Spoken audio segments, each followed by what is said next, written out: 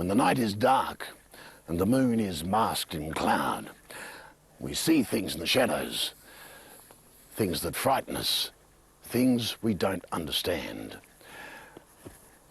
Movies and TV sometimes scare us too, but we know they're just make-believe, the creation of a fertile imagination. But what you are about to experience was not made up in Hollywood. The ghosts you are about to meet are real. The stories you'll hear are true. There is no doubt, fact is stranger than fiction.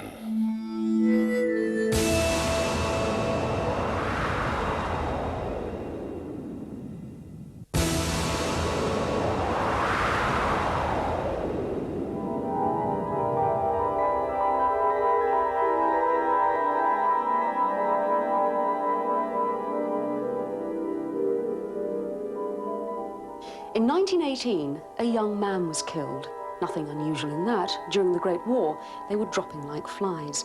But the death of Freddie Jackson shocked the airbase where he was stationed and had an everlasting impact on a young woman serving there. Not that she was madly in love with him. Indeed, she hardly knew Freddie. But his face haunts her, even today, 75 years on. This is her story.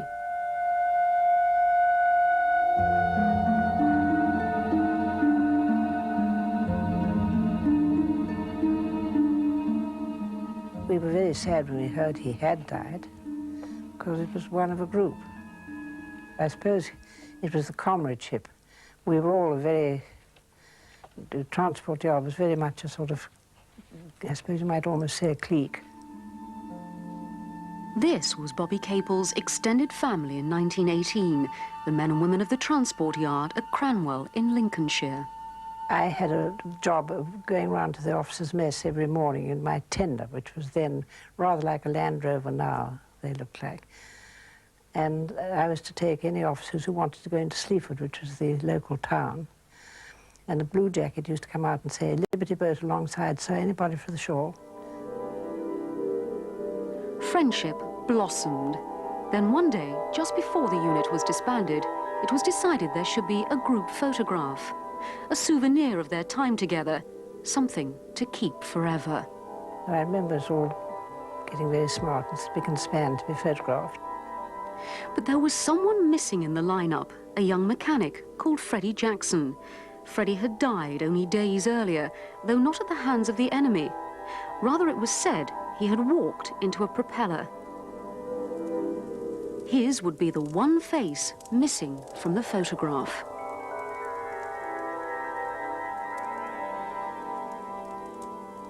We all said we wanted a copy, and we were handed our copies. And there was quite a gasp of surprise, because this young man who had been in the transport yard and had been away on leave and had died appeared in the top row, quite recognizable to us all.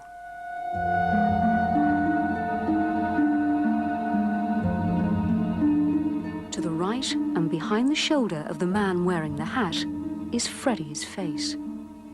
He's got no hat on. Everybody else has got a hat on, and he's quite obviously just his hair. So he's different from the rest. Once you've seen it and knew the face, it was unmistakable.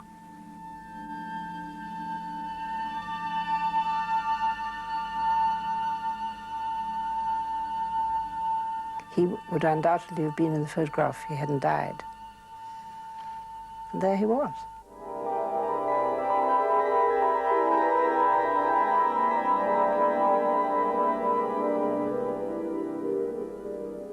I think we all thought it was exceedingly spooky.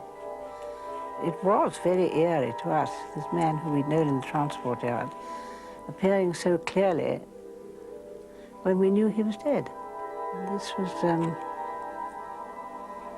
tremendous shock in a way. It's been a very definite memory in my mind all my life. And I'm glad I've kept the photograph. I suppose this made one think pretty carefully about it. But I had a sister who saw ghosts who I certainly couldn't disbelieve. So I have no reason not to believe in ghosts. I don't think I've ever, well, I can't say I've never seen one myself, but I suppose looking at this photograph I have.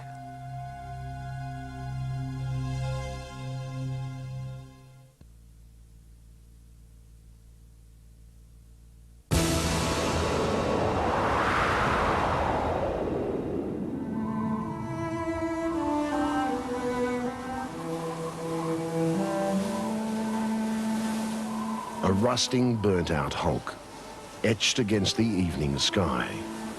Once proud, the steamer Alkimos lies deserted off the Western Australian coast. But there are many who believe that on board there lurks an evil presence.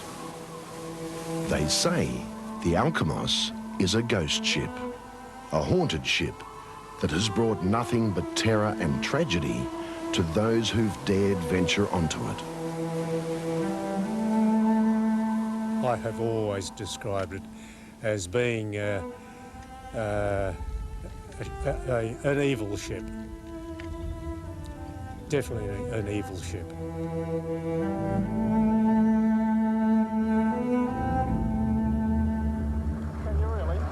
And Jack Sue should know.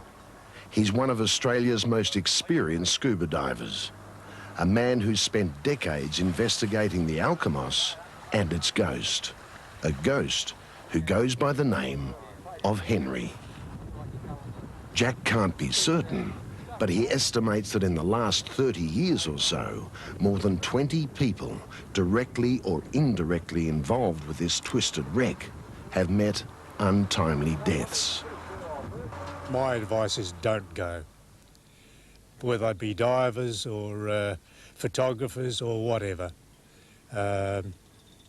It's not really worth the risk. For almost 4 centuries, this stretch of water off Western Australia has been a graveyard for ships and their crews. From the galleons of days gone by to the giant oil tankers of today. The Alkimos joined the long list of casualties on March the 20th, 1963, when she went aground on a voyage from Indonesia. From that day on, there's been calamity after calamity. All attempts to salvage her have failed, and now she sits there with only her ghost for company. It's created so much unhappiness, so much sickness, so much hardship for people who've gone broke. There just hasn't been any end of it for 27 years. This is no place for anyone with a weak heart. That diary entry was written by a young American exchange student who took what he thought was a cushy part-time job as caretaker on the Alkimos. The diary convinced Jack Sue that there was more to this ship than meets the eye. I thought this was a bit of a farce at first, until I started reading the diary, and this young guy Wayne Morgan started off the diary by saying that how enthusiastic he was about going out on this ship as a caretaker, because he needed a suitable place to do some SWAT quietly. And also, it gave him the opportunity to put some time into his favourite pastime, that was line fishing. But that easy life would soon come to an abrupt and frightening end. The young American began hearing noises at night, began feeling a presence he couldn't see. He was so scared of moving around the ship. And of course the steps, he mentioned the steps above his cabin so many times that, you know, it wasn't funny. 14th of July, 63, 10:15 p.m. Been down to the engine room, but never again. The eeriest place on the ship. From the time I left my cabin, I could hear footsteps following. I was scared out of my wits. There was no movement on the ship. It was a calm night, and all of a sudden, the doorway between the captain's cabin and the bridge slammed shut at a hell of a force. Wayne described it as though somebody had deliberately slammed the door. And he got such a hell of a fright, he dropped the torch, dropped the book, and he just fled in the opposite direction. Willy-nilly, he had no idea where he was going, but finished up down in the engine room and eventually found his way back to his cabin.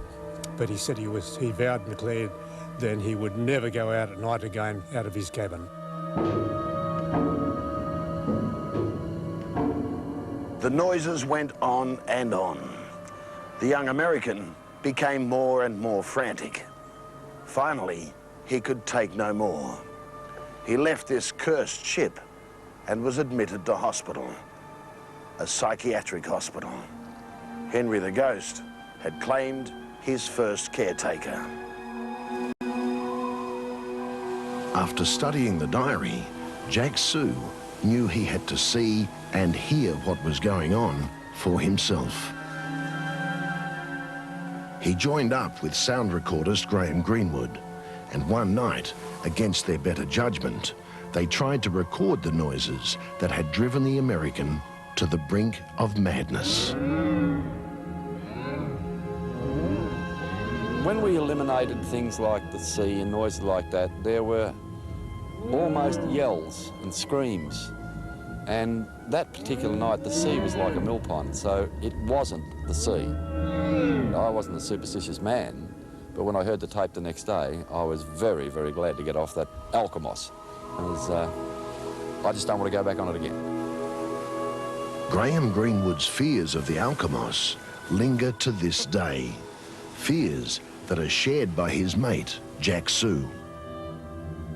While I was lying there, I suddenly heard somebody, a sort of a moan coming from the bunk behind me. A sound like somebody rolling over in their sleep, sort of, and I pricked my ears up. I thought I must have been hearing things. So I listened again, and sure enough, it came a second time. And I can tell you I wasted no time getting out of that cabin because I wasn't imagining things.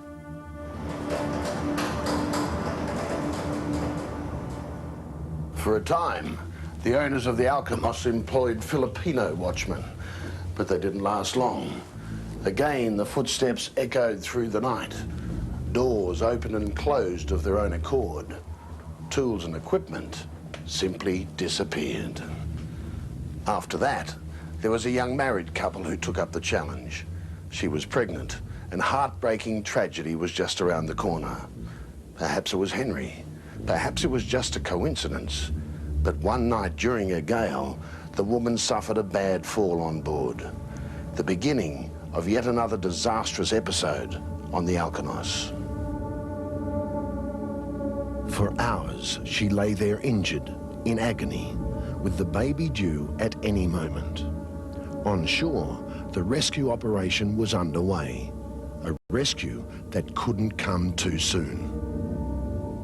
They eventually had to get four-wheel drives along to the beach, ambulance, police officers and other emergency crews, and they finally used a rocket to fire a line across from the beach and rig up a line along which they brought the woman off in a bosun's chair. She was then taken to hospital, of course, but she miscarried, and a premature dead baby was the result. They left the wreck shortly after. Many more caretakers were to be driven from this ghost ship. Sometimes it was the noises. Sometimes it was more specific. Cooking smells coming from the empty galley. The galley where there was no sign of food. and the stove was cold as ice. For more than 30 years, there's been speculation on what or who this ghost called Henry might be. A medium felt there'd been a murder on board. The dead had returned to haunt the living. At one stage, a priest was called in to exorcise the ghost. Unfortunately for him, he decided to do some fishing from the Alkimos deck before he tackled Henry. The sinker came straight back to him as though someone had picked it, caught it at the other end and hurled it back, and it hit him right in the middle of the forehead. And he had to be carted off to hospital to have stitches inserted, and wasn't a very, very well man, so he never got the opportunity to, I don't think he made any attempt to exorcise the ghost. And to the best of my knowledge, never went back on the ship again. In Western Australia, the Alkimos and its ghost achieved a degree of fame. Or was it infamy? There were staunch believers, and even stauncher disbelievers, anxious to prove or disprove the legend. One of the skeptics was Perth radio announcer Ted Bull. Back in 1990, I thought, why don't I do something different for Halloween? And I looked around for ghost stories, for spooky houses and haunted things, and the thing that jumped out at me, of course, was the ghost ship, the Alkimos. Technically, everything was in order. Tests had proved beyond doubt there'd been no problems broadcasting from alongside the Alkimos that Halloween.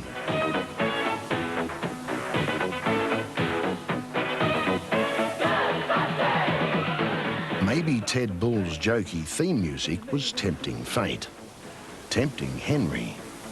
But as you'll hear from an actual tape of the show, things started to go wrong. Things the technicians back on shore could not explain. I think it's amazing. Several times when we've mentioned Henry this morning, we've been cut off. And then when we actually swung around the boat, I thought, oh, we might lose a program because of technical reasons. It was explained to me, no, that couldn't happen. And it did. As we went around the Alkimos. And it wasn't like we'd go off and stay off. It was intermittent. It would go off and then come back on. And as I said, every time we mentioned Henry the that would happen. It's almost 4 years since that abandoned broadcast. And now the Alkimos is disintegrating and deserted. We've all seen that the ship is just about ready to collapse. I think it'll be lucky to see another winter out. It's all perforated right along the waterline now, and once that goes, the rest of it will just drop. And for those who've survived the Alkimos and the ghostly watchman who walks her decks, that day cannot come quickly enough. The sooner the battered steamer goes to her watery grave, the better. Have you seen a ghost? Know someone who has? Actor Telly Savalas has no doubt he's seen one. In fact, he experienced one of the most frightening encounters of all time, and it changed him forever.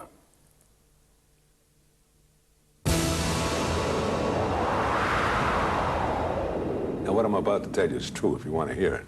I do want to hear it. You do want to hear it, then I'll tell you. I was never superstitious. I'll give you a ride. But then something happened in my life which scared the hell out of me. And for something like that to happen to me is something that I can't understand to this day. God knows how many years ago. Let me think now. 58, 59. It's a lot of years ago. Now, I just left off a date. Beautiful young girl, since left us. And it's about 2 o'clock in the morning, and I'm going home to Long Island after dropping her off. And as would happen, I ran out of gas. And I go into this White Castle restaurant. I says, is there a gas station open? He says, yeah. He says, you walk through the woods there. He says, get on the Grand Central Parkway, take it to the Cross Island Parkway. He says, and the gas station there open all night. Okay. So I am, start walking through the woods. wooded area, not the woods. Going up, and as I'm doing that, I hear a voice say, I'll give you a ride. I turn around, and there's this guy in the Cadillac. And I didn't hear the Cadillac. You hear the voice, and what do you see? I see a guy in a white suit, and I hear an effeminate voice. He say, I'll give you a lift. I said, that's very nice. I said, I'm going to a gas station. We get to the gas station, talking very nice. And I'm fumbling around in my pockets. And he says, I'll lend you $1. Well, I didn't ask him for money. And the truth is, I was broke. And I said, well, look, I says, you know, I've worked for the State Department, and, well, anyway, give me your name and address, all right? Allow me to mail it to you, because I'm very embarrassed. Anyway, I go there, I get a can, pay for the gas. And we start driving back to my car to put the gas in the car, and I thought that was very nice of him. And then in the clear blue sky, he says, I know, I'm not going to mention the name, I know so-and-so. And it's a baseball player. We weren't talking baseball. Oh, I said, who's he? He says, well, he's a utility infielder for the Boston Red Sox. Oh, it's so bizarre that he would say it in the spookiest voice I ever heard. He kept driving, get to my car, put the gasoline in. He pushes me to get it started, My car starts. I thank him very much. All in all, it's a very lovely experience to meet someone to help you out like that. No incident whatsoever.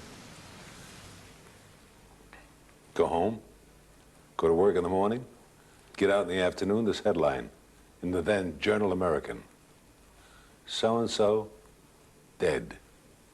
The guy he mentioned in that very spooky voice, age 20-some-odd, young ball player, under very mysterious circumstances. Autopsy and all that stuff. I said, God, what a frightening coincidence. I go home and I says, hey, Ma, isn't that funny? My mother, I think, was part witch. I explained it to her. She says, well, yeah, Telly, strange things that do happen. I said, but. And then I remembered that he gave me a piece of paper for me to send $1 to. I look at it, and there besides the address is a telephone number. Okay. Pick it up and I call the number. Jimmy's Bar. Oh, I said, well, can I speak to Mr. Cullen, please? Oh, Mr. Cullen, just a minute. Woman gets on the phone. Who's calling? Hi, may I speak to Mr. Cullen, please? He's not here. When do you expect him? Who is this? I says, well, I was with Mr. Cullen last night, and he gave me this telephone number, and he said I could reach him here. She says... Look, you son of a bitch, I don't know what you're talking about. You're talking about my husband, and he's been dead for 2 years. Anyway, I wouldn't let it go. I did get in touch with the woman again. I did meet her in New York. She came down from Boston. Because, you know, this is a little too much. The clothes I described were the clothes he was buried in. The piece of paper that he gave me signed James Cullen. She brought a letter that he wrote her when he was in the Army. It had Jimmy on that. Outside of that, the signature is identical. There was only one thing that was different. I said he had a high voice. She said, oh, no, she said. He had a deep voice like yours. Oh. Then it meant he killed himself. This way, right through the voice. Box, whatever. Anyway, this story happened to a guy like me, and as I say, it's been haunting me now close to 40 years.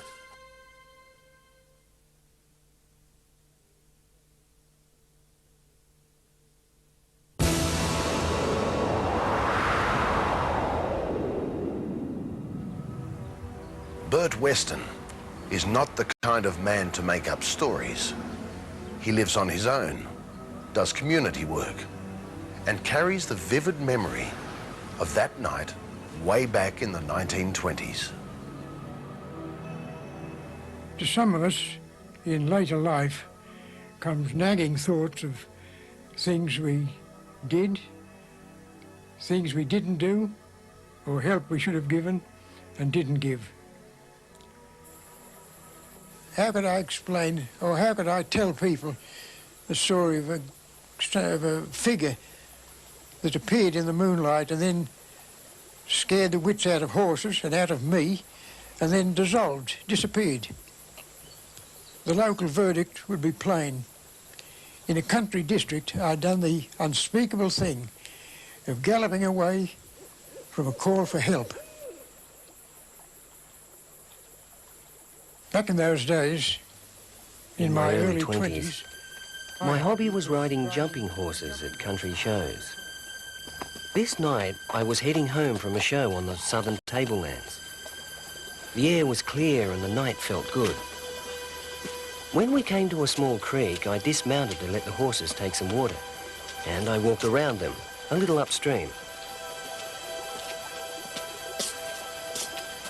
I remember the water was pure, and especially that it was icy cold. I would recall how cold it was later, when I had to reassure myself I'd been wide awake during the events of this night. It was also a night of a full moon, and as the moon rose higher in the sky, it flooded the countryside with brightness. As I remounted, I sensed the horses were as keen and as happy as I that we were heading home. It had been a long day.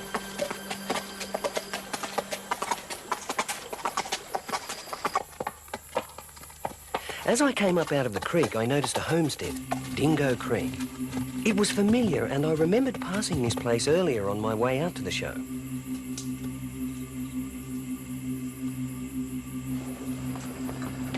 It was about then that I saw it, the figure of a man hurrying down from the farmhouse.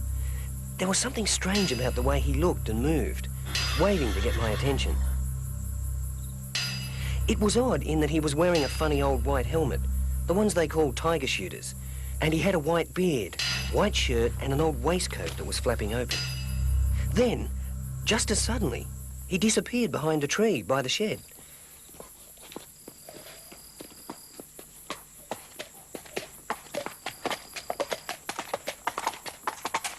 His waving had seemed urgent, but when I went behind the shed to find him, he was gone.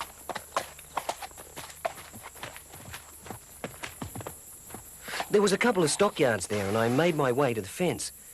But there was no sign of him here either. There was just a bull. It seemed peaceful enough at this point, but the old man vanished. Where?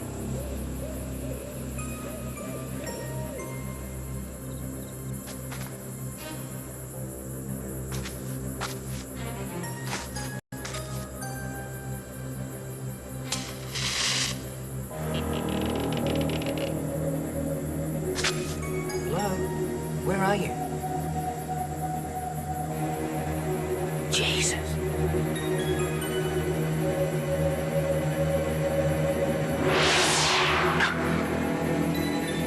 Suddenly, everything was crazed confusion. I could hear cries for help. A woman calling from the veranda. The horses bolting away. The bull charging. It was chaos, and I panicked. I was scared. I just wanted to get out of there. Help me! Help!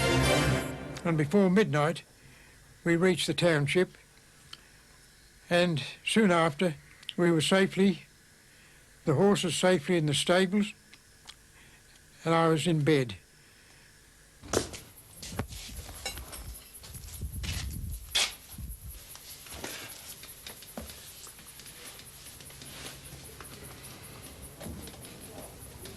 As mysterious, bizarre, otherworldly as the events you have just witnessed might appear, I should remind you that Bert Weston is a real man who was in this real room on that very real night on the 16th of May 1923, some 70 years ago. Next morning, in the light of day, the terrifying events of the night didn't seem so bad. But I was puzzled. I thought I'd find out something that might explain what had happened. I had a terrible feeling that I had failed someone the night before. Have a beer, mate. Yeah, thanks. The men were talking about a farmer named Jack Hearn who had a property. Called Dingo Creek. And my heart froze. I tried to stay calm as I heard how that afternoon Hearn had gone to feed his bull. Something had gone wrong. The bull had charged and gored him. Yeah, got him in the belly. You can't get careless with new bulls. No. Hearn had crawled to the house and collapsed in front of his wife, Lara. There was nobody there to help. Yeah, he was bleeding real bad. Not much Laura could do for him. Then they talked about an unknown horseman arriving. Me. I was the unknown horseman. And how, when called to help, I'd ridden off into the darkness. And the horseman took off at full belt. This morning the bull was gone. Jack died around midnight. Dear God. But who was the ghostly old man? Could I have imagined that? I knew Jack well. I knew his father as well, old Frank. Funny old chap. Used to wear this old tiger shooting helmet. I remember the straggly beard he had. And he used to always wear this old waistcoat. I think he slept in the thing. Funny thing is, exactly 20 years ago, he was killed in those same yards. Though I would never have all the answers to that night, I came to believe what happened to me at Dingo Creek. I stumbled onto a farm where a man lay dying, his wife crying for help, a plea from a father who had died 20 years earlier. I panicked, because in my heart I knew I'd seen a ghost. The local verdict would be plain. In a country district, I'd done the unspeakable thing of galloping away from a call for help. I'll never forget that night. I can still see it as bright as day. There are things that one should have done, things that one should not have done. Help one should have given and didn't. I could have done better.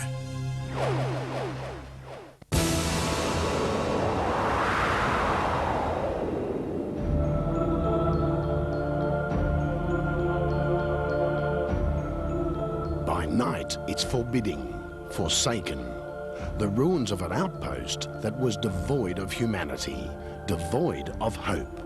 Ruins which are haunted by the ghosts of the damned.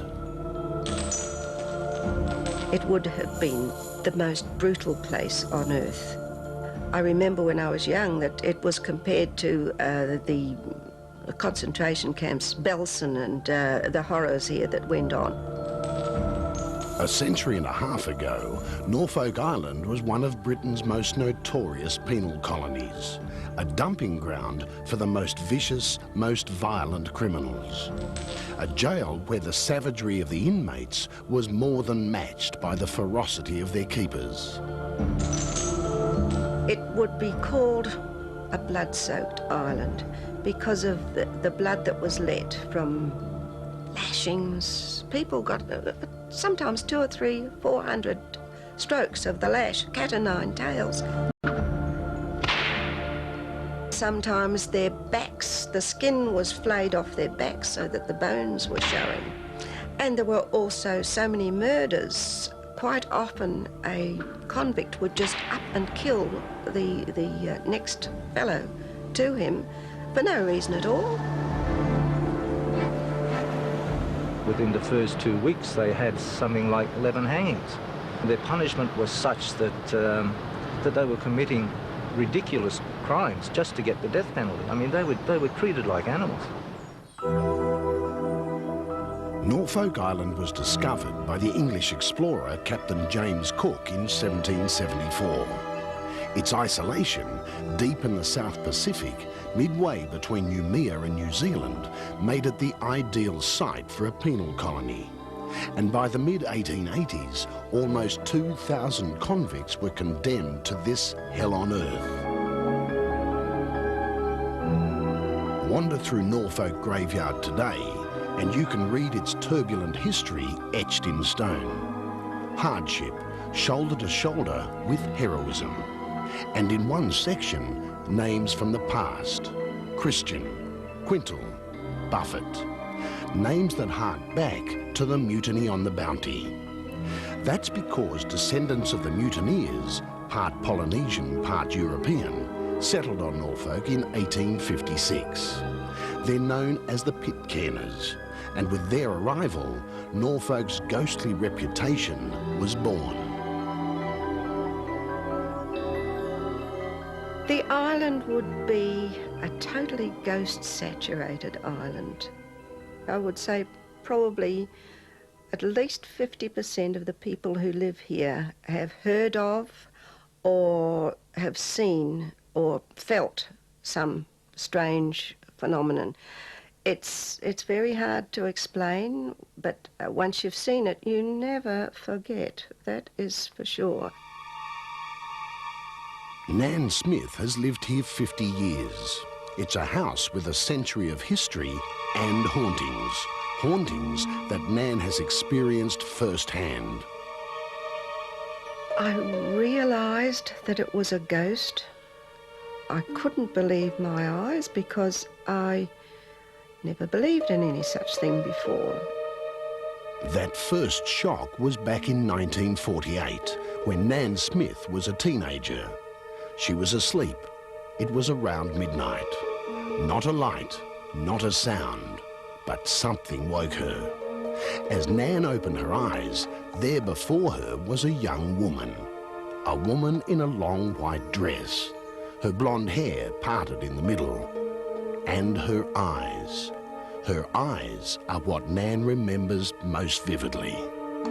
She looked desperately sad. She gave off a sort of an aura that made you feel very sad. I was so frightened or so terrified I couldn't move, I couldn't even call out. I remember just sort of staring at her for as long as I could until I had to blink and then she just gradually faded away. Over the years, the young woman has reappeared many times, never moving, never saying a word, just there, surrounded by an aura of tragedy. She's always seemed benevolent, but the same cannot be said of another inhabitant of the Smith household, an evil influence in the second bedroom. Emanating from that corner, there seemed to be a great force like a blast, and it blew the door into the hall closed with a great bang. I could take a week to tell of ghostly experiences that I have. No, it's certainly different. I mean, I can feel it. I can even feel it now. Puss Anderson is the boss of Norfolk's restoration team, working in the heart of the historic Kingston area, the site of the old jail.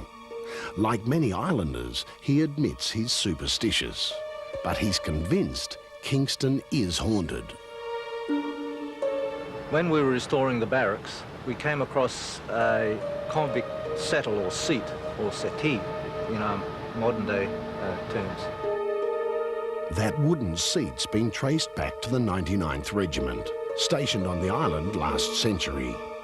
2 years ago, Puss Anderson and his team stored the seat in the Royal Engineers Office, right in the heart of the old convict settlement.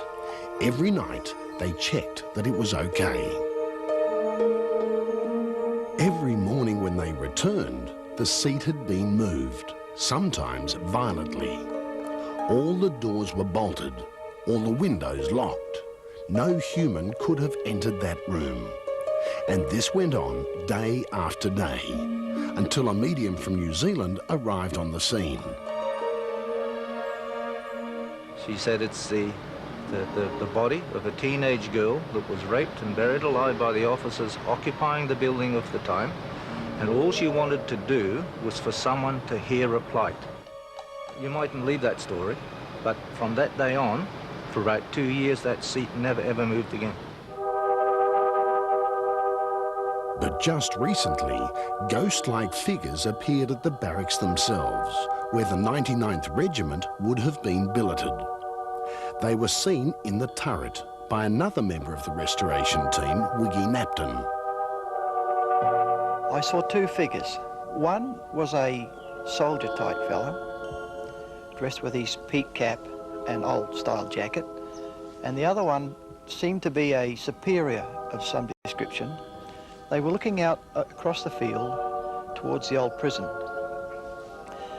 And then they just stood there for a second or two, and the soldier guessed it out with his hand like that. And then they nodded and turned round and walked down. Wiggy Napton couldn't believe what he'd seen, so he went to investigate. And when I went round there was no sign of a stair or ladder, and there was no floor. All you could see was the 10-inch ledge where the floor used to be. In other words, nowhere for anyone to stand, let alone two men who'd been dead for more than 100 years. And after seeing that, I think I do believe there is ghosts around. A sentiment shared by Shane Quintal, a Pitcairner who can trace his ancestry back to the Bounty. He works in the Norfolk Cemetery, cataloguing the gravestones for the island archives. One morning, he was inspecting the inscriptions on the tombstones. I heard a voice say to me, "Oh, excuse me." And I thought, oh, yeah? So I looked around and there was a couple of women further up the road there, and I thought, oh, they must have been just their voices had drifted down. Shane thought no more about the voice and moved on to another gravestone. By now, the cemetery was deserted. He was alone. Whilst I was down there, I heard this, oh, excuse me. You know, it was quite stern. So I said, oh, could you hold on a sec? Then it was, excuse me. Looked around and there was nobody in the cemetery. Not only that, both voices were female. The tombstone and the gravestone both marked the last resting places of women named Quintal, Shane Quintal's ancestors. You know, it sort of made you get that little chilly feeling and you think, oh dear, what have I done here? You know, have I upset somebody or something? Because I don't know, what else could it be?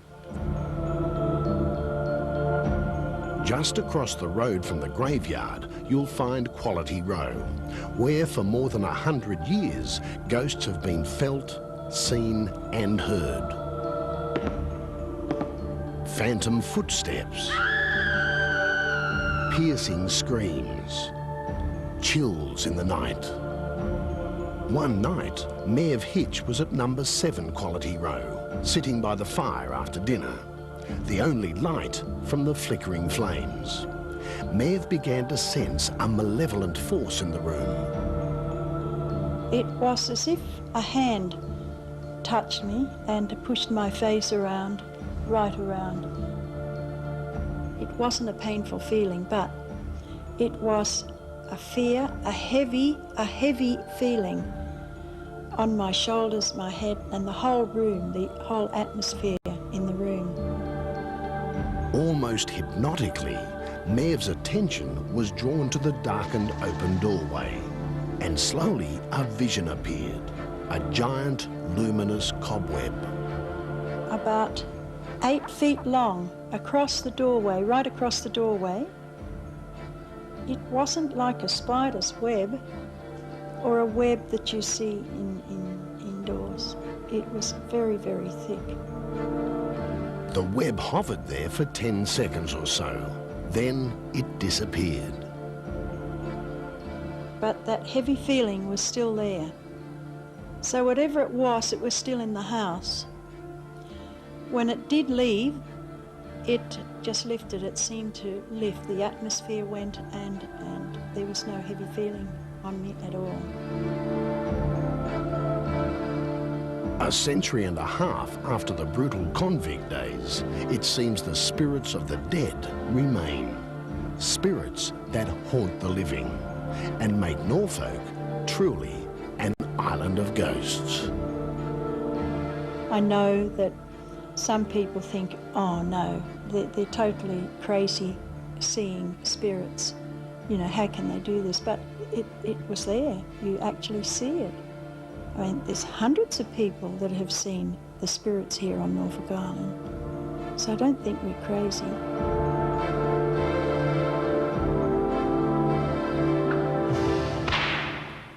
The craggy coast and dark woods of the American North hide horrors from the past.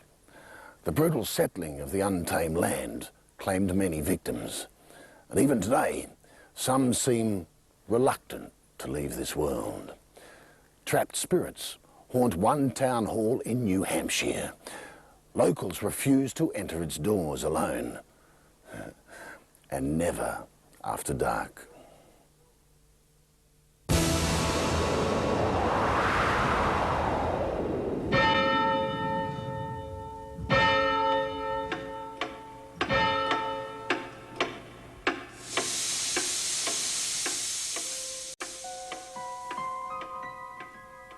The police station of Alton, New Hampshire, was in the town hall basement. The chief, Thomas Mincewa, was on duty late at night when he heard it. I heard noises and I came upstairs to investigate, and it sounded, because you could very distinctly tell, front door closing and opening, because it slammed, it was so heavy, and you could tell if somebody was walking in a hallway. And being downstairs, we would come upstairs to see who was in the building, because at the time the building upstairs was closed. And coming upstairs, you'd find no one. Alton's town planner, Glenn McLean, is not the kind of man given to wild imagination. He's experienced it too. You really start to feel like there's somebody right behind you. There are some physical things that happen. You feel your hair start to stand up on end. You feel that presence. The local radio personality, Scott McKay, stayed in the town hall overnight. He thought to dispel the myth. My impression coming in was one of skepticism, not too sure what I would find. I really didn't have a fixed thought on whether I believed in any supernatural or not. And when I left the next morning, I still wasn't too sure, but I do know that something happened. And Alton's town historian, Judith Fry, is just about ready to include the ghost in official records. I think it's happened too many times just to be a coincidence. I think there's really some merit in it. It usually happens sometime after midnight. And it continues until 2 or 3 o'clock in the morning. These are the hours of the Alton Town Hall ghost.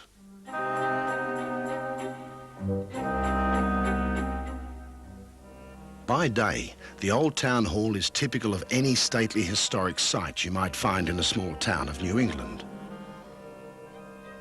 This one stands with town pride. Its 100th anniversary is coming up, and a celebration like Alton hasn't seen for many years is planned. Some townsfolk are wondering if the big event might stir something unexpected, even unwanted, in the old landmark. The people who live daily with the town hall ghost are certain about two things. It exists, and if you don't bother it, then it doesn't bother you. While the Alton Town Hall haunting seems unthreatening, no ghost story of recent times has had more credible or official witnesses. The people who believe it most fervently are the city officials and police. They live with it. When you distinctly hear footsteps and you know them to be footsteps and hear the same type of noise and come up and not find anybody, check all the doors in the offices, find them all closed, and check the building and there's nobody there, makes you wonder. There were a lot of times when things disappear.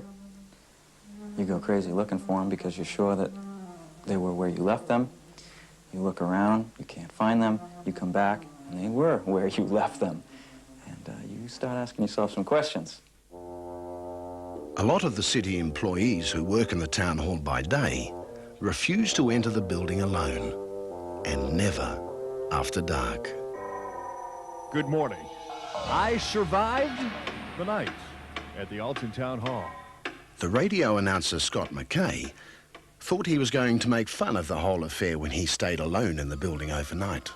When I left with the last employee. She was going off to a class. I was going out to get something to eat before I came back to settle in for the night.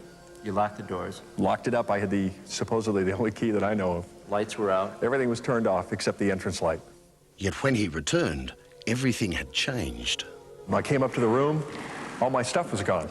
My whole gear, my sleeping bag, my knapsack. So I started looking around, came in this room here. Next thing I know, there it is in the judge's chair. After finding his sleeping bag, he noticed his TV set was also gone. After I retrieved my knapsack, I came over to the stairway here, and down at the bottom of the stairway was my monitor. Nothing wrong with it. It wasn't broken. It just looked like it had been placed down there. All night long, he heard footsteps when no one was there, noises that no one was making, felt a presence that made his hair stand on end. Even though I was lying here on the floor, supposedly alone in the building, something told me that I wasn't alone. What he encountered was consistent with everything the police chief and his men had been quietly telling each other for years. They would find lights on in the building as they drove past and turn around and come back to check them, and the lights would be out. The sound of doors slamming has been a constant unexplained noise for anyone who stayed alone in the town hall after dark. The cell door in the old basement police station has been a sobering reminder that Alton's most famous building is never quite empty. And the dogs. The stories about the police dogs are what spooks the town planner Glenn McLean most of all. The dog would want to respond to something upstairs. The officers on duty would take the dog upstairs and let the dog run. It would go down the main hall on the first floor of the building, hit the steps that lead to the second floor, go about 2 steps up and stop. The question of whose spirit occupies the town hall has never been answered. One story is that a city elder responsible for the town clock long ago was killed in the tower. Another concerns a woman named Sarah Glidden. Like witches of old, she's buried beneath granite in the town cemetery. Some think her spirit has escaped. In 1825, a lady by the name of Sarah Glidden, who was a resident of East Alton, was struck down on a clear day by lightning and was killed. This incident has been documented in the church record. Whatever walks the corridors of Alton Town Hall at night, the townsfolk either don't want to know or don't want to disturb it. I want to be on the record with the ghost as being respectful of it because I believe it is here. With the town hall's big centennial celebration coming up, the people of Alton just hope the ghost enjoys a party.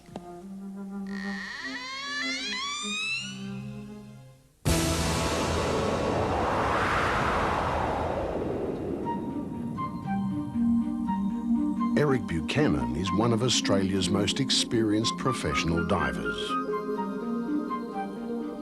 He's been diving in Sydney Harbour for almost half a century. He knows all its tricks and treacheries. But there was one job, one day, almost 30 years ago, that he'll never be able to forget.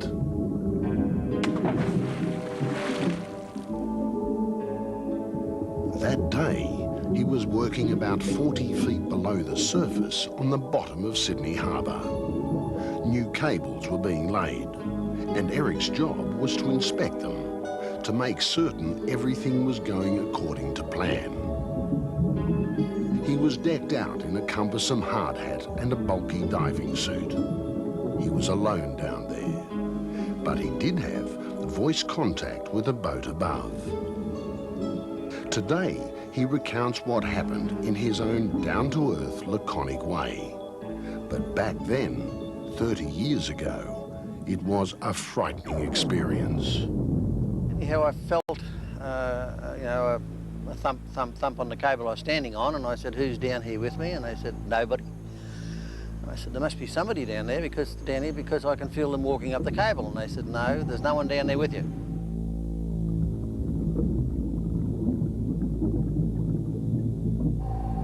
By this time, the object had got off the cables, walked across the cables, and was going up the western side of the trench. The sun was shining brightly in the water, and there was a perfect silhouette of a hard-hat diver climbing up out of the trench into the sun and just kept going.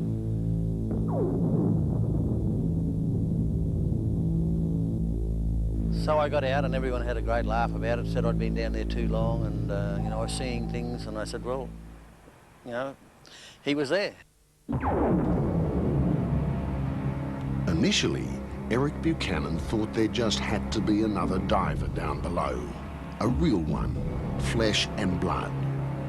But from all his experience, Eric knew if there had been another hard-hat diver working the harbour, that diver would definitely have needed a backup boat. But there was no boat and no chance of a diver being down there, a hard-hat diver. And that's definitely beyond doubt. We've spoken to another diver who was on the boat that day, and he confirms that there were no other boats in the area, no other divers down below. He also vividly remembers Eric Buchanan bursting to the surface and shouting that he'd seen a ghost. The underwater mystery played on Eric Buchanan's mind. He went over the eerie scene time and time again, and one by one, he discounted all the logical explanations. There was no mud cloud. If I'd have walked across there'd have been a great cloud of mud, but there was no mud cloud. There was no hose to the surface, and there was no air bubbles. A hard-hat diver has a constant stream of air bubbles. But that wasn't the end of the mystery. The day after Eric Buchanan saw the phantom diver, one of his colleagues working in the same place saw the same thing, and it scared the wits out of him. The diver down there came rushing to the top, and he said, I just saw a diver walk past, a hard-hat diver walk past. 2 sightings of a mysterious diver deep beneath the harbour. A diver who couldn't possibly have been there. Who or what was it? According to Eric Buchanan, perhaps the answer lies back in the 1920s and 30s, when the magnificent Sydney Harbour Bridge was under construction. I found out that a diver, a hard-hat diver, had been killed building the bridge. Now, I don't know whether they ever recovered the body or not, but as far as I'm concerned, he's still down there walking around.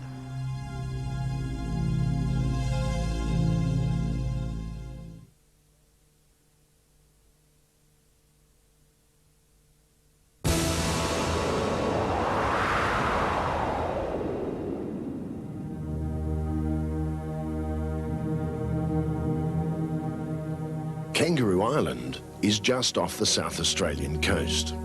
4,500 square kilometres of pristine beauty. A place steeped in history. This is the Southern Ocean. Down that way, the Antarctic. Over there, mainland Australia. It's rugged down here. A rocky island that at times is buffeted by ferocious seas and brutish winds. For sailors, Cape Willoughby has long been a welcome sight. It offered solace, confirmation of course, and safety.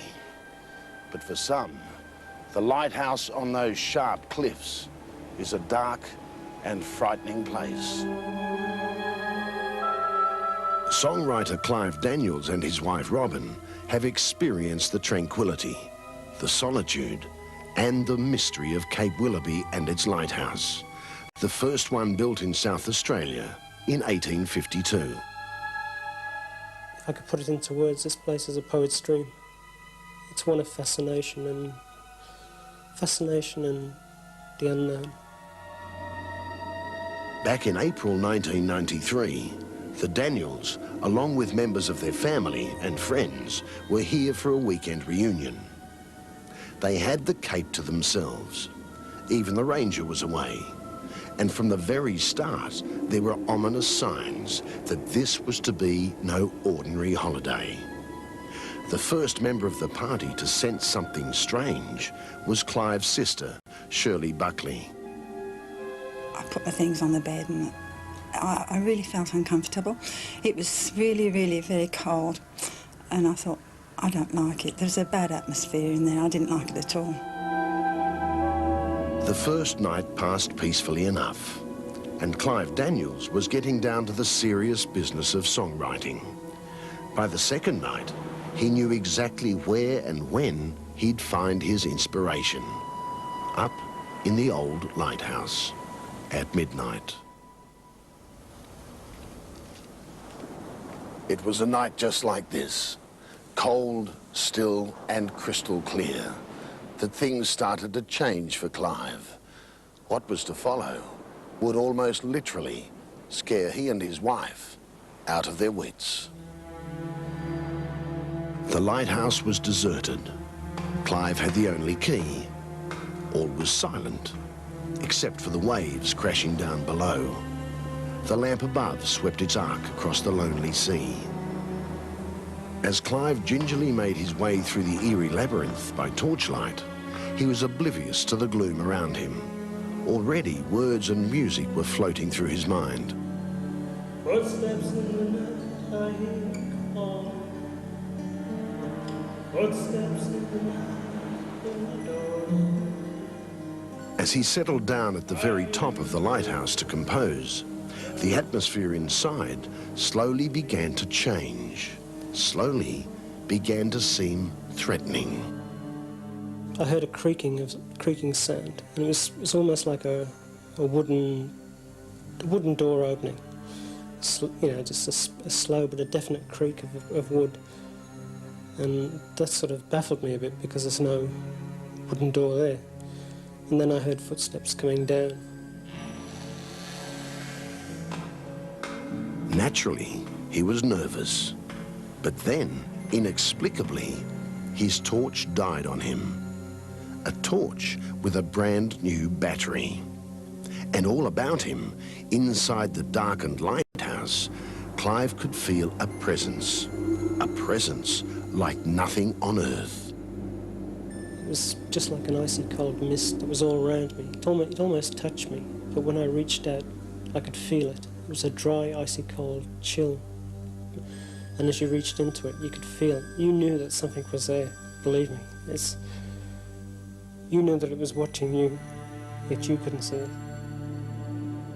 Icy cold. So cold, Clive could feel the shivers down his spine. The shivers of fear. I thought for the first time in my life, it's time to go. I knew whatever it was in there didn't want me in there. So I put my guitar in the case and I felt my way down the steps. At the same time, with my right hand, I was trying to find the key to the lighthouse so I could get out there and lock it up and just leave. I felt uncomfortable there. Darkness, strange noises, icy pockets of air, and not a soul to be seen. Was it the mind playing tricks, or was it something else? Clive decided it was something else, something he couldn't explain.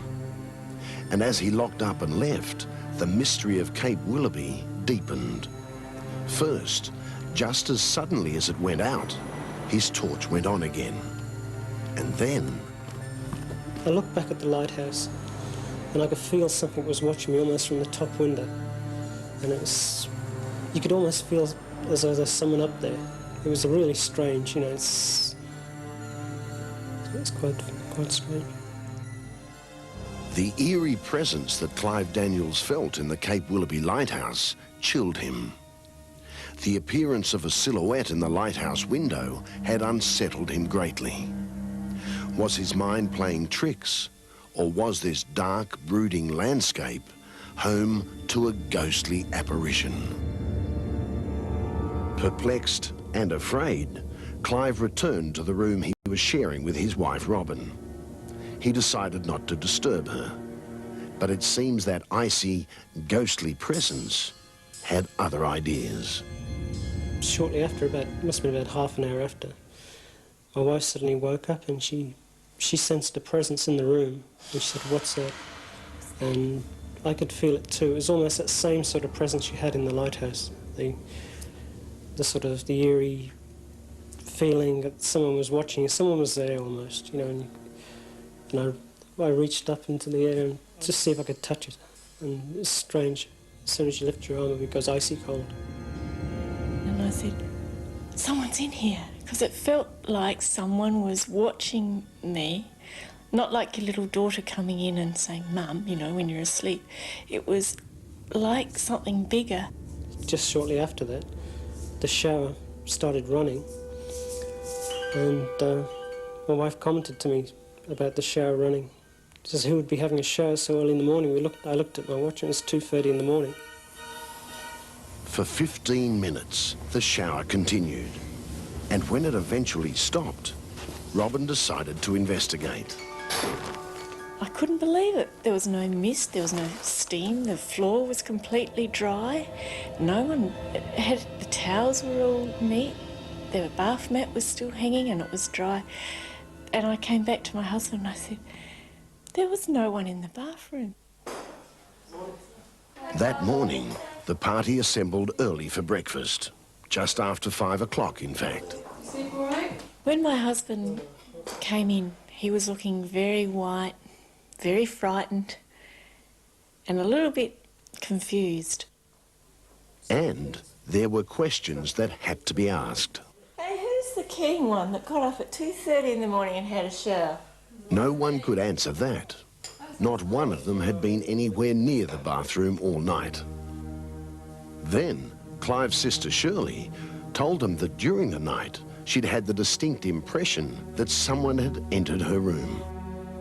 The shape that I saw was a shape that was on the chair, and I thought, this looks for all the world like there's somebody sitting there, you know. And so I thought, oh, I'm not sure about this, and I waited for the light to flash around the room again to have another look, and sure enough it was still there. And I thought, well, I don't know, it must be luggage or a backpack or something that was left on the chair from the night before. And I thought I could have tried to convince myself of that fact. But at dawn, when Shirley checked, the backpack was nowhere near the chair. Stranger still, there was a trail of sand across the room. It hadn't been there the night before, and none of the group had been to the beach. Finally, there was one more thing, the one that finally sent the family packing. We were all sitting around at a table, and all of a sudden the newspaper that was on the seat next to my wife, the pages started to turn over on their own, and there was no window open, no door, and my wife jumped about, must have been about a foot in the air. We had to move because they were slightly fearful of what could have happened, and they couldn't explain the unexplained. Robin and Clive Daniels did try. They discovered that Cape Willoughby Lighthouse looms above a boiling gorge called the Devil's Kitchen. Since records were first kept back in 1847, more than 40 ships have been lost at sea off the coast here. In most cases, sailors lost their lives. And at least one lighthouse keeper died on duty. His name was John Tapley, and he was found dead in the lantern room at 6 a.m. on January the 23rd, 1869. The Daniels now wonder whether John Tapley's still around, or whether the presence at Cape Willoughby is the ghost of a sailor who perished out at sea. Whatever the answer, none will ever satisfy Shirley Buckley. I wouldn't go and stay the night there again, no. The daytime I'd go to visit because it was a beautiful place and I loved it, but definitely not at night. And as for Clive Daniels, he did get to write those songs. The lyrics, though, don't offer any explanation for the icy mist, the footsteps, the noises, or anything else that happened that April night at Cape Willoughby. we're all very sceptical, but it's changed our perspective in life tremendously, to think that what you had beliefs in before and couldn't exist, it does exist. It's out there, believe me. Ready to be frightened? The band Wildland set out to make a video clip of their new song. Nothing unusual about that. But when they looked at the film in the edit suite, there was an unknown figure in the background. A figure with a severed head.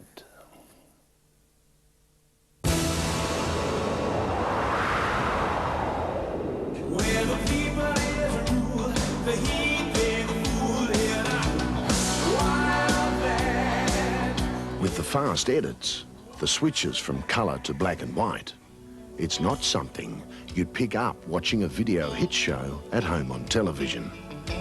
But slow one particular image down and enhance it and see what happens.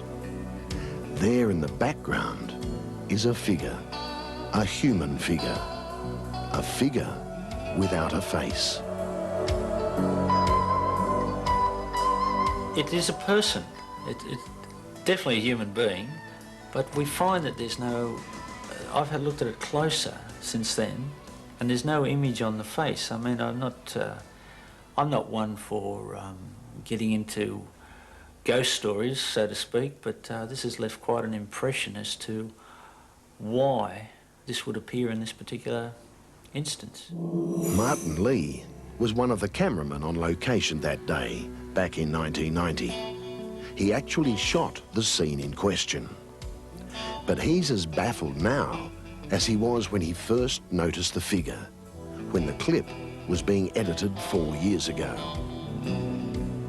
I had no explanation for it because it was not there when I shot it. It's quite, it's very haunting. Even more haunting when he tells you there were no strangers at the location that afternoon, and every single member of the crew was accounted for.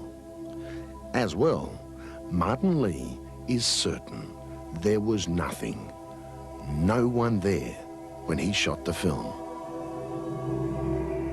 I have no doubts that if the person had been in shot, I would have picked them up straight away.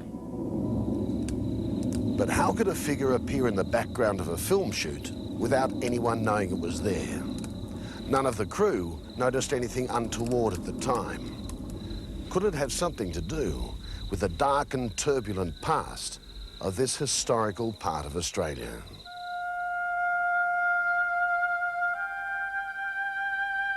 The place is called Glen Davis, and it's just outside Lithgow in western New South Wales. And no one knows it better than Leonie Knapman, who grew up here and is writing a book about the rise and fall of her old hometown. We had no electricity, so therefore no lights, and we had no fridge. Our food was kept down the well or the bottles tied on a string in the creek. And we made our own entertainment. I mean, we walked the mountains. We had no Christmas tree like people usually do. We had a gum tree. You made your own decorations. We had no shops. So it was a very simple life. Glen Davis sprang to life during the Second World War, when the Australian government of the day decided the country needed to produce its own petrol. There were abundant shale deposits nearby, and these were mined, then refined into fuel. For the workers, it was tough, dangerous, even deadly. There were two that were burnt when gas blew back, and they were taken to hospital and died later. Another man was crushed underneath the retorts. So there were lots of fatalities in that early period. So a lot of the men paid dearly for establishing this industry. But this was an industry that was to be short-lived. By the early 50s, the plant was closed. The townsfolk began to disperse, and Glen Davis degenerated into a ghost town. And a ghost town was what Martin Lee found when he arrived to film that video clip in 1990. A most desolate place, a haunting place, perfect place to shoot rock clips, no doubt about it. I'd love to go back there again and do some more, but on reflection back, yes, it had some sort of atmosphere that was quite unexplainable. Almost as unexplainable as the faceless figure who appeared in the finished film clip. The top 40 exposure the other week seemed to have... Chris Moss from Sony Music was the man who marketed the band and the clip Wildland. He wasn't there for the shoot, but he remembers vividly the first time he heard about the mysterious unpaid extra lurking in the background at Glen Davis. One of the members of the band, Noel, virtually came flying in over the telephone and said, "You just wouldn't believe what's happened here. We've discovered there's a figure on film that basically nobody can account for on the day of the shoot. You know, in real terms, we think that there's a ghost on the video." A ghost in dark clothing, possibly wearing an overcoat. A ghost without a face. The response from everybody was one of absolute skepticism. You know, "Oh, no, you're wrong, it's like a watermark on the film, or it was somebody that was standing there. It was a shadow that was thrown, it was the way that the sun came over, it was," I mean, any one of 1,000 things that everybody came up with, because nobody was prepared to actually just say, well, it's a ghost. We then took it out to the television shows and played it to the producers and directors out there and threw down the challenge, and they pretty much came back with the same answer as we did, which was, there is no answer. Nobody knew what it was. Leonie Knapman, the Glen Davis historian, actually helped the producers choose the site where the clip was filmed, and she took us back to the exact spot the other day. Leonie, too, is mystified by the ghostly guest appearance, but she does have her theories. At first I thought maybe somebody had come down off the mountain just to watch the filming. But when you watch the video and you watch the figure, there does not appear to be a face. It's very unclear. And so you wonder about the deaths that occurred in the area. Whilst nobody actually died in the powerhouse, one of the workers did die upstream, and his body was washed down into the bend of the river just over from this location. One of the others to die was actually in the retort area, and his head was almost severed in a very bad accident, and he died later in hospital. So who knows, it could explain the face that's missing from the figure. Maybe. But there's one more twist to this ghostly tale. Enhance the video image even more, and you may see that not only is the figure faceless, at times the head looks as though it is severed from the body.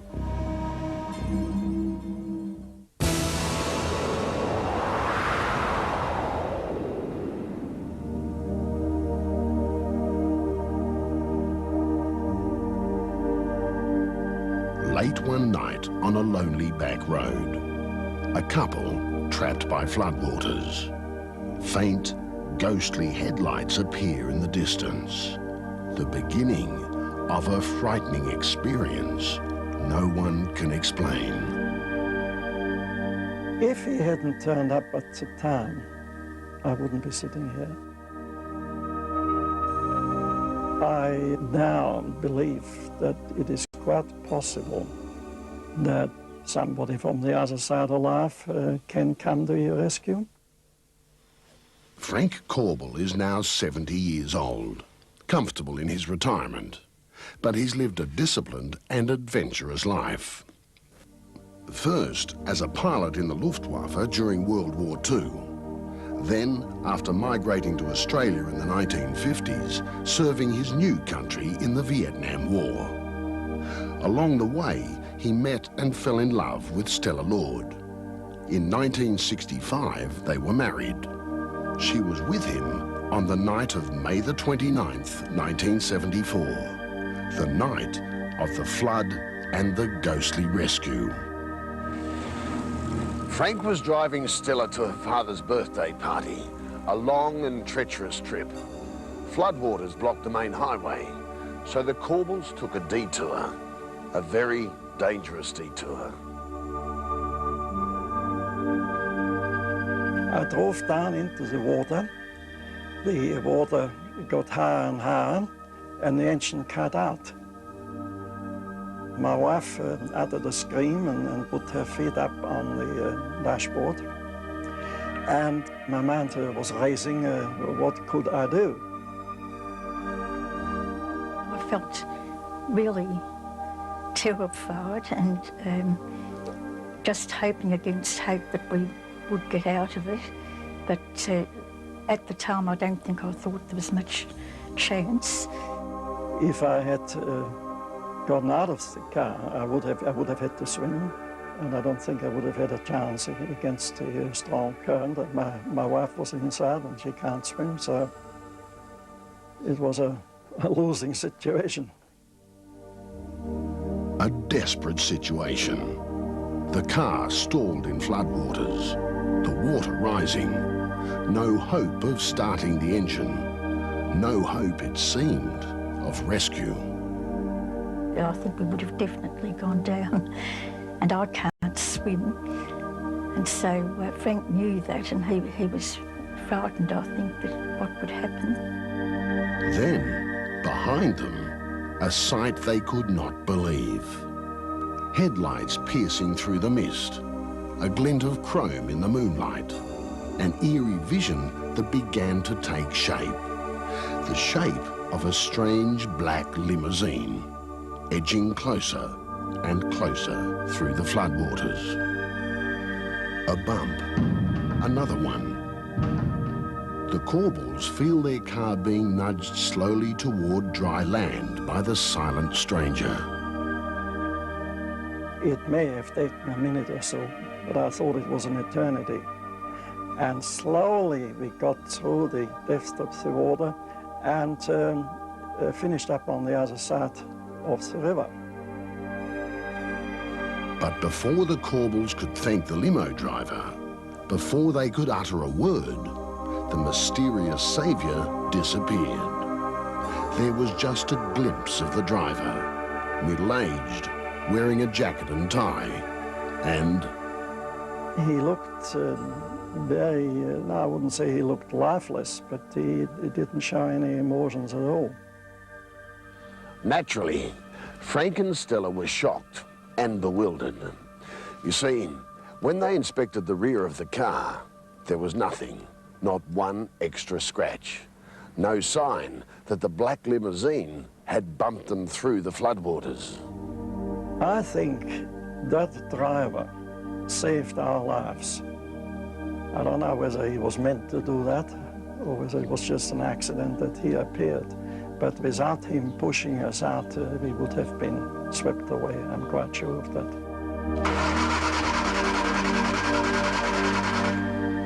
The Corbels' problems weren't over. They were wet, cold, and still stranded in the middle of nowhere. Minutes later, though, there was a second coincidence on this deserted bush byway. A second set of headlights appeared through the mist. This time it was a van. No mistake, no apparition. How are you? Thanks, mate. What's the problem here? While they worked on the waterlogged car, Frank asked the van driver if he'd seen the black limousine on the road. If there'd been one, the driver must have sighted it. His answer was no. There was no other car on that road at that time, that night. The black limo had vanished into thin air. Okay, have a nice day. See you later. Thanks very much indeed. Not a problem. For more than 20 years, Frank and Stella Corbel have pondered over those frightening hours back in 1974 when they came so close to drowning. All they know is they survived. The question they ask is, were they plunged even deeper into the unknown? I'm beginning to wonder whether that car and that man who pushed me out were actually real. because it was something which is just not normal. An experience like that is a very strong message to you. And when you sit down years after and think about it, you might think, well, perhaps it was my guardian angel. It's near midnight. I feel the cold in my bones. Some say ghosts feel like that all the time, especially those who met a grisly end in this life.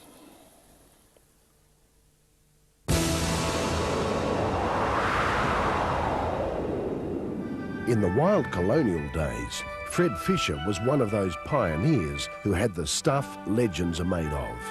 In life and in death, he's helped enrich Australia's folklore. You see, more than a century and a half after he was brutally murdered, Fred's ghost can still be heard around his old hometown. A ghost with a mission and a wicked sense of humour. Oh, Fred's a larrikin. He's got an attitude on him.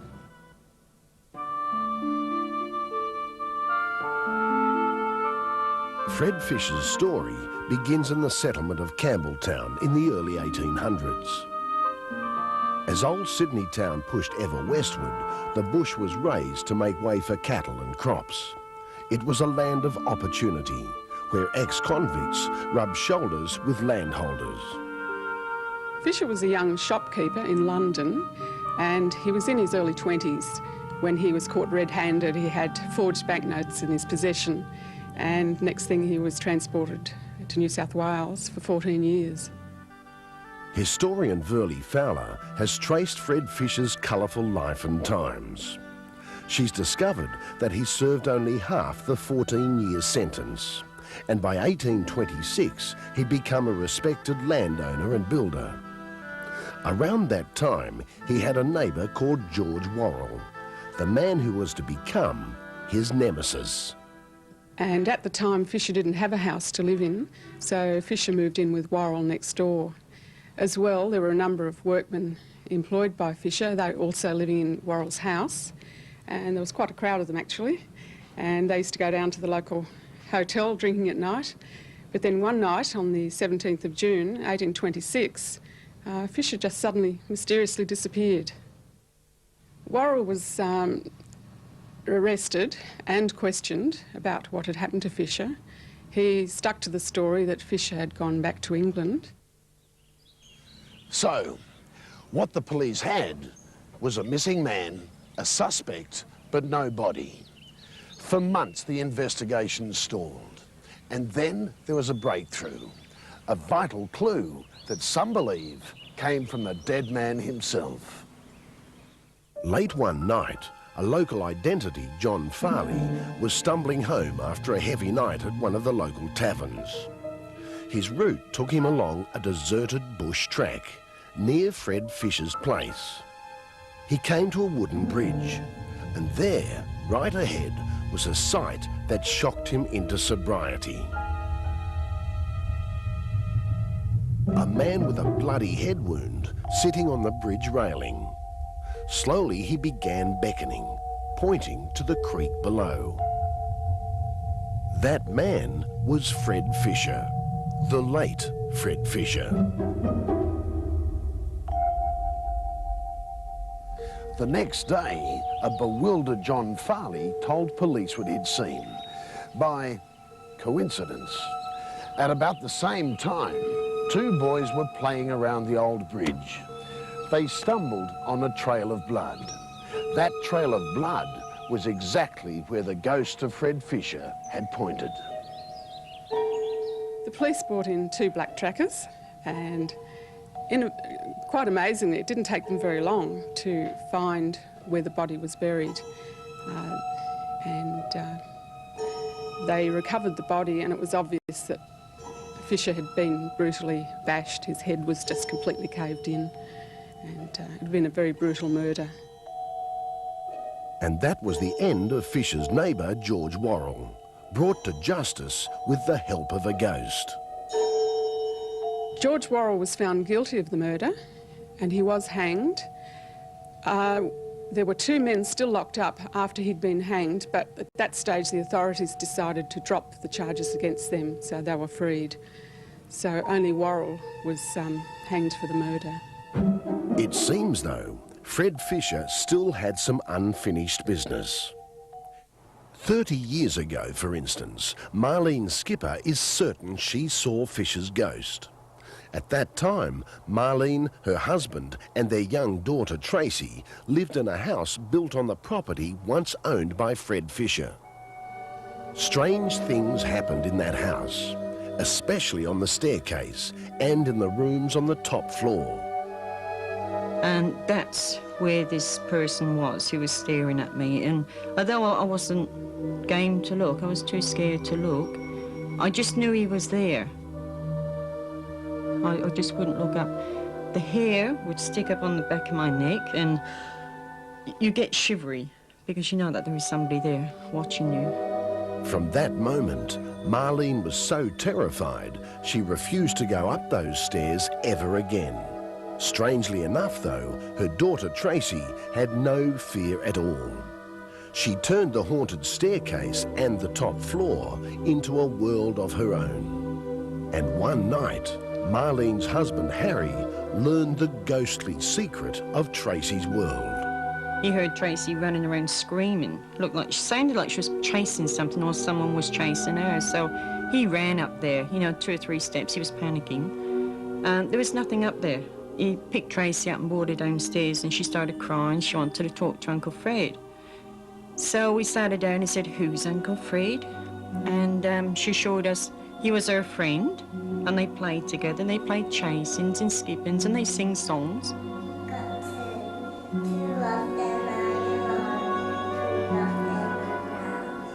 We had no relations called Fred. There just wasn't any Freds, and she couldn't even say uncle and auntie properly. So, no, there was no Uncle Freds in the family. She couldn't have mistaken it for anybody else. Nothing even by the sound, sounding like Fred. Nothing. Was Tracy's playmate the ghost of Fred Fisher? That's the way local legend has it. And flick through the Campbelltown archives and you have to admit the evidence does build up. Take the case of the film company back in the 1920s that decided the legend of Fisher's ghost would make a great movie. It was a decision they'd regret, all the way to bankruptcy. They had all sorts of production problems, I understand, and immediately after the film was finished, the whole company collapsed in financial disarray. Again, who can say, is that Fred? For years, journalist Jeff McGill has been chronicling the activities of Fisher's ghost in the pages of the local newspaper, always with his tongue planted firmly in his cheek. That was until 1982, when they moved to new premises. The new building just happened to be on Fred Fisher's old property. And one afternoon, Jeff McGill was working alone in the deserted top floor. That was when I heard a voice talking at me, and it was really weird because I couldn't tell whether it was male or female to this day. I could have bet that sensation you get when they are definitely talking at you. And I said, "Sorry? Who's there?" And there was no answer. And I thought it was somebody skylarking down trying to put the wind up me. So I thought I'd turn the tables, and I jumped up and sort of dived out into the hallway, and there was no one there. And at that exact moment, the pigeons that roost or nest out near the air conditioning ducts at the back of the building, suddenly, like a bolt out of the blue, just shot off with the feathers flying, and at that exact time, a very, very cold sensation in the hallway. With the experience of history to go on, the owners of the Fisher's Ghost restaurant were taking a risk when they named it after Fred. There's every indication he's none too pleased and has made his presence felt more than once. One morning, the owner, a former mayor of Campbelltown, Gordon Fetter Place, was first to arrive and found all 4 fires blazing. All the lights turned on, and that was against Gordon's strict instructions. Not surprisingly, he wanted to know why when the assistant manager arrived. And she said, look, Gordon, I put them out, and what's more, I went upstairs twice to make sure that they were out, and the lights were definitely out. Gordon and his staff were just getting over that when they were confronted by this, another of Fred's practical jokes. Again, an empty restaurant, but this time, every single painting on the walls tipped sideways. No one had been in the restaurant overnight. There were no signs of a break-in. Just a sneaking suspicion that Fisher's ghost had been at it again. And finally, it seems the ghost is attracted by the theatre, a down-under Phantom of the Opera. Here, there's been an unexplained presence for years, officially unexplained, but the Campbelltown cast and crew have no doubts who it is. On a Saturday afternoon, Greg Dillon was working alone in the props department. Well, maybe not quite alone. I heard footsteps across the stage.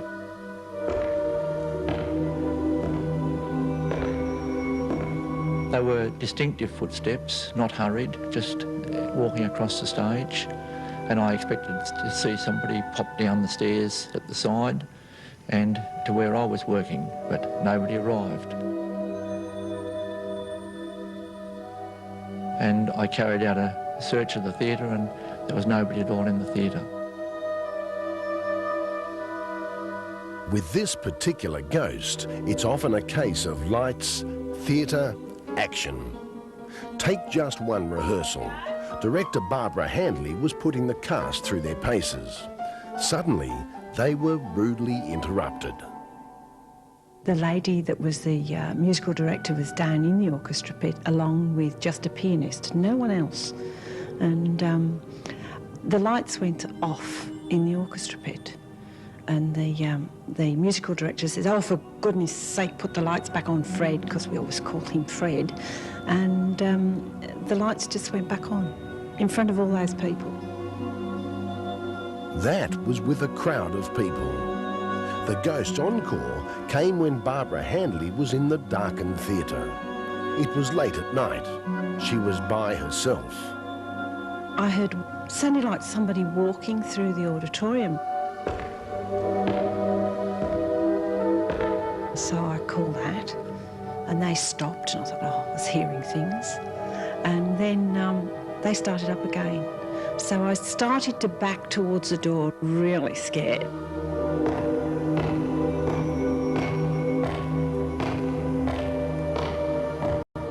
I was really quite upset. You know, it really frightened me that night. And being on your own, so I never come in the theatre on my own. A man murdered back in 1836. A ghost that's haunted a community across 2 centuries. Sometimes a benevolent ghost, occasionally more sinister.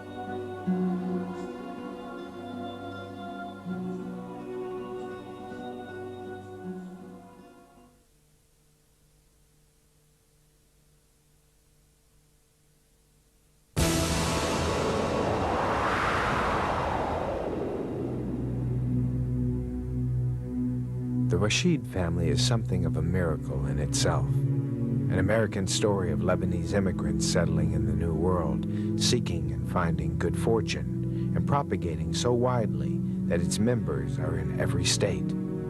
Life magazine, Look magazine, and many other journals have, through the years, reported on how the Rashids grew in number to 3,500 and produced their own family newspaper each month. Dr. Philip Rashid is one of 18 children born to a beautiful and extraordinary woman named Saida. My mother was a tiny woman. She weighed 85 pounds and she's about 5 feet tall, but she had the aggressiveness and the intelligence. She couldn't read nor write a word of English, but she had an adding machine in her head, and she learned to speak Spanish, French, Arabic, and English. She educated herself. She didn't solve our problems for us, but what she did was show us how to cope with it, and that's where she came through. The relationship between Philip and his mother is at the core of an epic saga of love, remorse, and redemption. Before reaching its final wondrous finale, it would take his life from wealth and flamboyance down into the deepest pits of depression. I felt like I didn't see the trees, I didn't see the leaves on the trees, I didn't see the birds, I didn't see the flowers. I became in another world. I felt lost. I felt, I hated myself. I thought, what did you do? You killed your own mother that you felt that was the feeling I had. From earliest childhood, Philip Rashid's admiration for Saida knew no bounds. He believed he had the perfect life with the perfect family. He was always an extremely religious man, once considered the priesthood. In the town where he settled, Fairfield, California, he was a respected oral surgeon, but he also became a sort of master of ceremonies for every social, charity, and cultural event he could involve himself with. I was a show-off. I wanted to get on the stage and have everybody give me a standing ovation, which I deserved. I was a happy-go-lucky person. And then came the day Philip Rashid would do something that would change the course of his life forever. All of a sudden, my younger sister, there were three of us there, the oldest and youngest and myself, and she says, Philip, she hollered for, you better hurry, something's going on with Mom. And I ran in the room, and there she was struggling for air, and I dived right in and put the head back and started the routine treatment. There was a moment there when Philip felt that his mother's life was in his hands alone. I worked at it maybe for just kept at it thinking, you know, she's coming back, and no way. Saida passed away while in his hands. And at that moment, I felt I'm the guilty one. I thought maybe had I not taken her to the doctor, maybe if we didn't give her these pills, maybe this, maybe that. And I felt, well, it was my error, that I'm the cause of this. Saida's doctor probably didn't help his spirits when he later explained a theory on heart massage. He said, I think maybe you don't feel bad because you didn't want to hurt your mother. And in giving the percussion, I was a little easy about it when I should have really, you know, but I just couldn't do that. I couldn't beat on her like that. From that day, Philip Rashid would enter a world of bleak remorse. He would lose his flamboyance. Possessions no longer had their appeal. His practice lost its joy. I was good for nothing. I burned out all day long. I'd see patients, and I'd work in my mind. It's funny, I can save this patient, and I couldn't do that for her. It would always come back to me. In those bad years, Philip would sometimes look for signs, some signal from anywhere that would say his mother forgave him. I'd drive down the highway and imagine I see the telephone pole look like a cross. There's the vision. Now, that's what she's telling me. That's it. Then I give eyes a telephone pole. I know that wasn't it. And with the ever-deepening depression, Philip Rashid's health would begin to deteriorate. But one of his visits to his doctor would again be the next epic turning point of his life. It happened 4 years ago. I was having some trouble in breathing, and the doctor felt I should have a complete chest x-ray of the lung. As he sat in the reception area awaiting the results, Philip heard a small commotion among the nurses in the examining room. The nurse that took the x-ray and the technician I was waiting in the reception room, and she's, my God, look at this.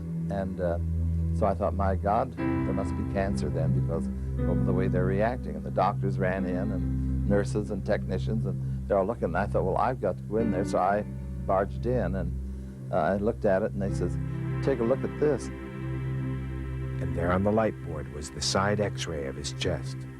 And as he got closer, Philip Rashid's heart began to pound. First thing I looked at, I was looking for the pathology. because I know the cells and so forth. And I started looking around at it because I didn't think to look at the end here, because this is where the bulk of the material was. And I was trying to see, well, do I see something there? It looked like it could be connected to cancer. And they had said there's something strange about this, but they didn't tell me where it was.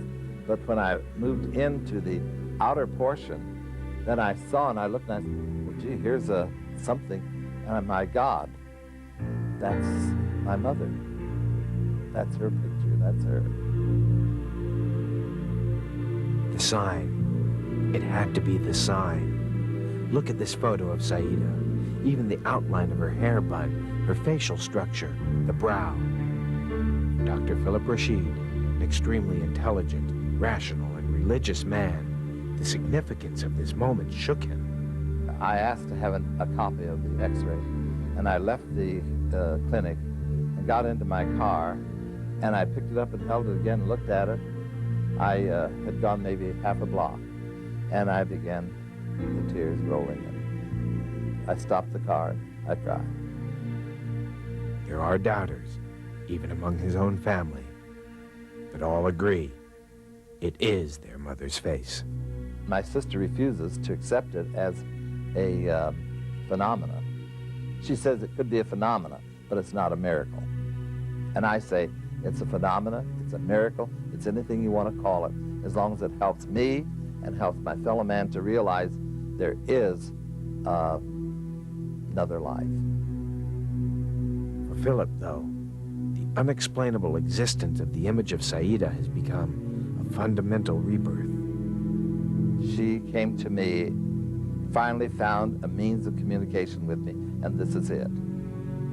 She appeared for that reason, to pacify me, to change my mind about what I felt the guilt about. And she's telling me from the face, the look on her face is, stop this and get on with your life. He hesitated for 4 years before allowing his story to go public. He is a respected doctor, a town leader, a pillar of the church. Despite his deepest convictions, there is obvious risk in talking about it. His decision to tell the whole astonishing saga to us did not come easily. But he believes it will record the final chapter of his turbulent, emotional life and bring him the final freedom from the remorse that imprisoned him for so long. Philip's mother has blessed him.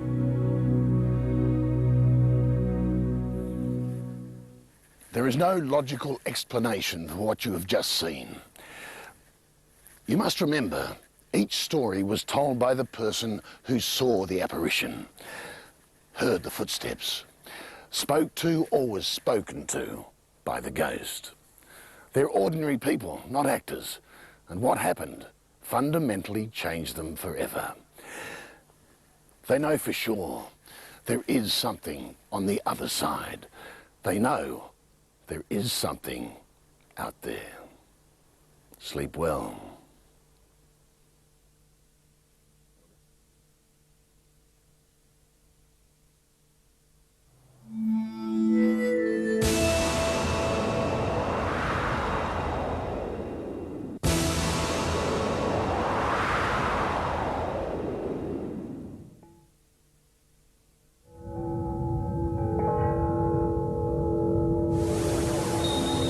First thought was, they're here, they're here.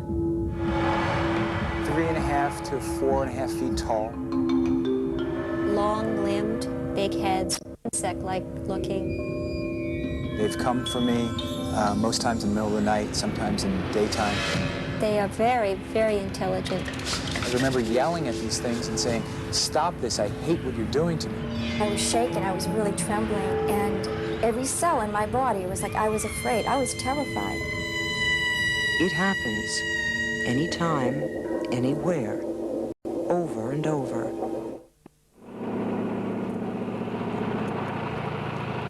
Delta Sierra Juliet, Melbourne. What type of aircraft is it?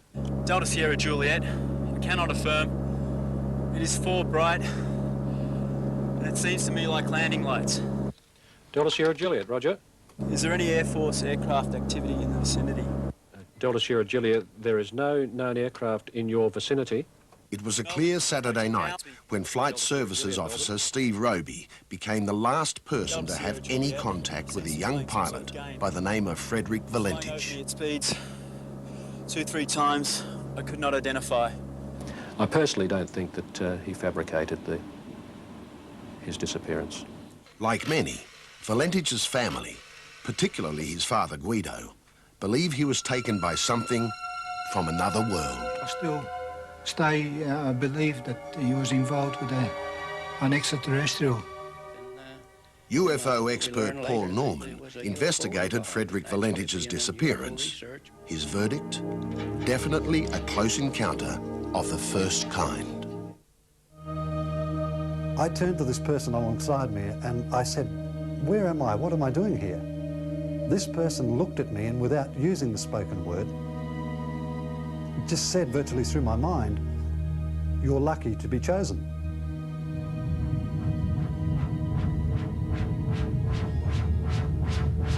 And this blue light appeared from such a small dot and got larger and larger until finally it intensified to such magnetism that it was virtually over the top of us, and a brilliant white flash is all I recall. The very next thing was I was inside this basketball hall. Andrew's confusion turned to fear. Again, he was not alone, but now there was something sinister about his companions. They took on a human-like figure. The thing that distinguished them most of all, that were different from humans, were their eyes. Their eyes were, to me, they resembled as if they were out of focus. My first impressions, formed over several hours, were that the chap in question is definitely sincere and seems convinced that what he experienced actually happened. 4:30 a.m. July the 24th, 1994. The terror begins. Terror that would haunt 4 women day after day, week after week, until they were never safe, not even in their own homes. It's nothing I've ever seen, and it's definitely what you'd say is a UFO. It was an unidentified flying object. Never seen anything like it in my life.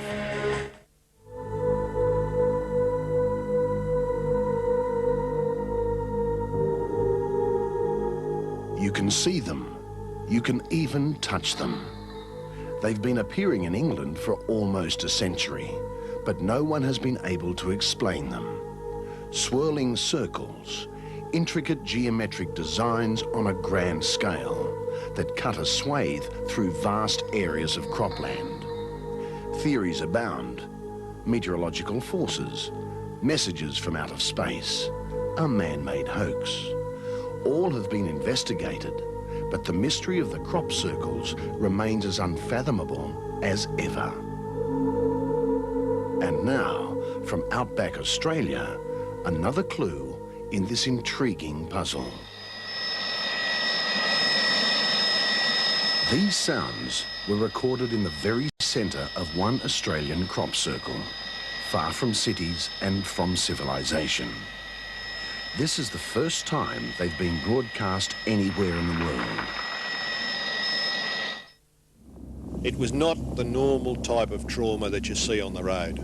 It was definitely some other encounter that they'd come across. These people were spooked. What was it that so spooked a family driving along a lonely stretch of highway on the Nullarbor? No one can say for sure, not even the Knowles family themselves. Well, the best way to describe the experience was, it wasn't like reality, it was just like a dream, but it was real.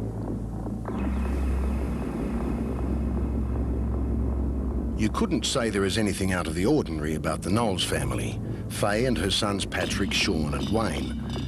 But something out of the ordinary certainly happened to them on January the 20th, 1988. They were driving the 3,500 kilometres from their home in Perth to Melbourne. It was 3 a.m. Sean was at the wheel. His brother Patrick was asleep beside him. The desert was cool and clear as they entered Majura Pass in the middle of the Nullarbor. Then, out of nowhere, Sean saw it. A dazzling white light headed straight for them. What these two objects were, I didn't have any idea, and I was concerned with the safety, so I reported it to the relevant officer in charge of that area at the time. A full minute later, Seamus O'Farrell in Sea Fury 921 realised he was not alone up there at 13,000 feet. Aerobase 921, we have you on screen with two other echoes. Can you confirm? Over. Air 921 tracking, yes, narrow 13,000 feet in close formation with two other aircraft. They were formating with me. They were moving along with me and holding their station with me. And they were about the same distance out on either side. Aerobase 921, can you identify aircraft for us, please? Air 921, negative. Try to picture Seamus O'Farrell's predicament. When he left Nowra, he had been briefed that there would be no other aircraft on his flight path. Suddenly, he was confronted with the impossible. Two unidentified craft, two brilliant white lights, flying in formation with the Sea Fury. One was about 30 metres on his port side, the other 30 metres to starboard. At the time, I just knew that there shouldn't have been anything else there, and I brought the attention to the naval officer I said in charge and to our staff, and our staff in there were equally as surprised. We did plot on our radar screen all three radar objects. Just your average home video. Doting grandparents capturing the antics of their favourite grandson. Big boy now. A Friday afternoon in the suburbs. It's summer, it's sunny. But there is something strange in the atmosphere. Something mysterious that appears on the video. An unidentified object flying overhead. An object that cannot be explained in any earthly terms. We call it a genuine UFO, an unidentified flying object. Now, I want to clarify this. It doesn't mean aliens, from Mars. It's an object of some sort in control. You might say, why wasn't it a balloon? Well, apart from the analysis, we were able to identify, by looking at it, that it wasn't a balloon, and also its height. Also, we checked with the Department of Transport and with the meteorology department to see when the balloons were launched, and there was nothing in the area. But this object is, the most important quality of the object is there's some control to it, and it's airborne and it's solid, so it's unidentified in that sense. I felt the most incredible fear go through me. It was like a power source of some sort. I was raving hysterically. I was convinced I was face on with the epitome of all evil. A terrifying encounter of the worst kind. Blinding lights, towering figures with blazing red eyes, an overpowering sense of menace that ended in violence, a nightmare, or an attack by aliens. Kelly Carl knows what she experienced, and all the evidence points to a UFO and its grotesque crew. I suppose some people might compare it to being raped, you know what I mean? It's such a shock to the system that it's something you can never forget. The night that I got these marks on my head here, I was just home in suburbia asleep, and it must have been about 2 a.m. And there was a very bright light in my room. Kath says it was like trying to look directly at the sun. She couldn't open her eyes. She saw nothing, but she felt 3 light touches on her forehead, 3 pinpricks. Then she too blacked out and slept until later that morning. And I would walk past a mirror and it looked like I had a tennis ball in my head. It was so huge. So I went straight to my doctor and he took tests and couldn't understand why there was no pain. There's no pain whatsoever.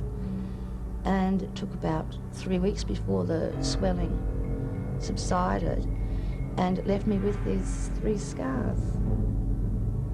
Kath Ross says the doctor's tests showed no signs of poisons.